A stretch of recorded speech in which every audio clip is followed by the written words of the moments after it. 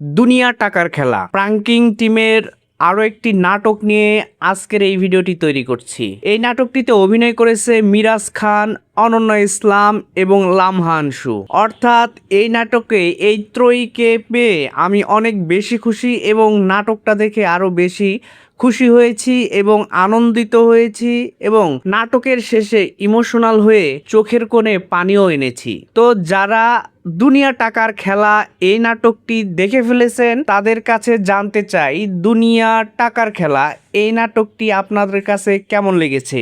আপনারা অবশ্যই দুনিয়া টাকার খেলা এই নাটকটি সম্পর্কে কিছু একটা অবশ্যই কমেন্ট সেকশনে লিখে যাবেন, কেননা যারা এই নাটকটি দেখেনি তারা কিন্তু অবশ্যই আপনাদের কমেন্টসগুলো ফলো করে এবং নাটকটি দেখার আগ্রহ পোষণ করে নাটকটি দেখে নিতে পারে। সো আপনাদের কমেন্টসগুলো আমি খুবই গুরুত্বপূর্ণ মনে করি এবং অবশ্যই সব সময় বলে থাকি আপনারা অবশ্যই নাটক সম্পর্কে আপনি যেমনটা দেখেছেন ঠিক তেমনই লিখে যাবেন। আর আমাদের ভিডিওগুলোকে কোথা থেকে দেখছেন সেটি কিন্তু জানাতে ভুলবেন না, কেননা আমাদের ভিডিওগুলো বাংলাদেশের বিভিন্ন অঞ্চল এবং দেশের বাইরে থেকে, বিশেষ করে ইন্ডিয়া থেকে, বিভিন্ন স্টেট থেকে আমাদের ভিডিওগুলো দেখা হয়। সবচাইতে বেশি আমাদের ভিউয়ার্স হচ্ছে আসাম থেকে, কলকাতা থেকে, উড়িষ্যার থেকে, এদিক থেকে।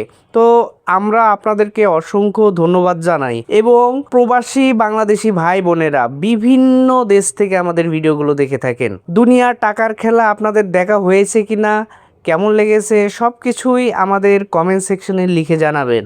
দুনিয়া টাকার খেলা এই নাটকটির দ্বিতীয় পর্ব আসবে কিনা এই বিষয় নিয়ে আজকের এই ভিডিওটা। থাম্বনেল দেখে অবশ্যই আপনারা সেই জিনিসটি লক্ষ্য করেছেন।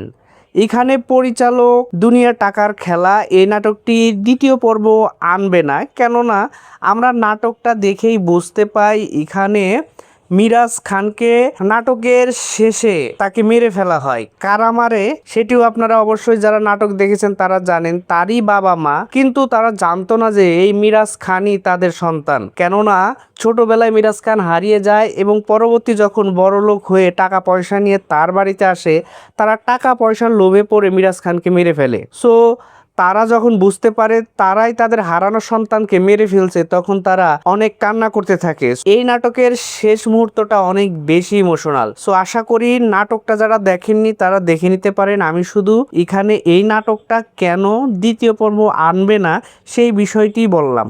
আর আশা করি আপনারা বুঝতে পেরেছেন যে দুনিয়া টাকার খেলা এই নাটকের দ্বিতীয় পর্ব আসবে না। কিন্তু প্রাঙ্কিং টিম এই টাইপের নাটক তারা অনেক বেশি নিয়ে আসে, যেখানে গল্প থাকে, হাসি থাকে, কান্না থাকে, অর্থাৎ এ টু জেড একটা নাটকে যেই যে এলিমেন্টগুলো দরকার সবগুলো মিশিয়েই সুন্দর একটা রেসিপি ক্রিয়েট করে হচ্ছে প্রাঙ্কিং টিম। সো প্রাঙ্কিং টিমের নাটকগুলো অবশ্যই আপনারা দেখে থাকবেন এবং জানাবেন যে প্রাঙ্কিং টিমের নাটকগুলো আপনাদের কেমন লাগে। সো আজকের এই ভিডিওটি আর লম্বা করব না, দেখা হচ্ছে পরের আরও একটি সুন্দর কোনো নাটকের গল্প নিয়ে।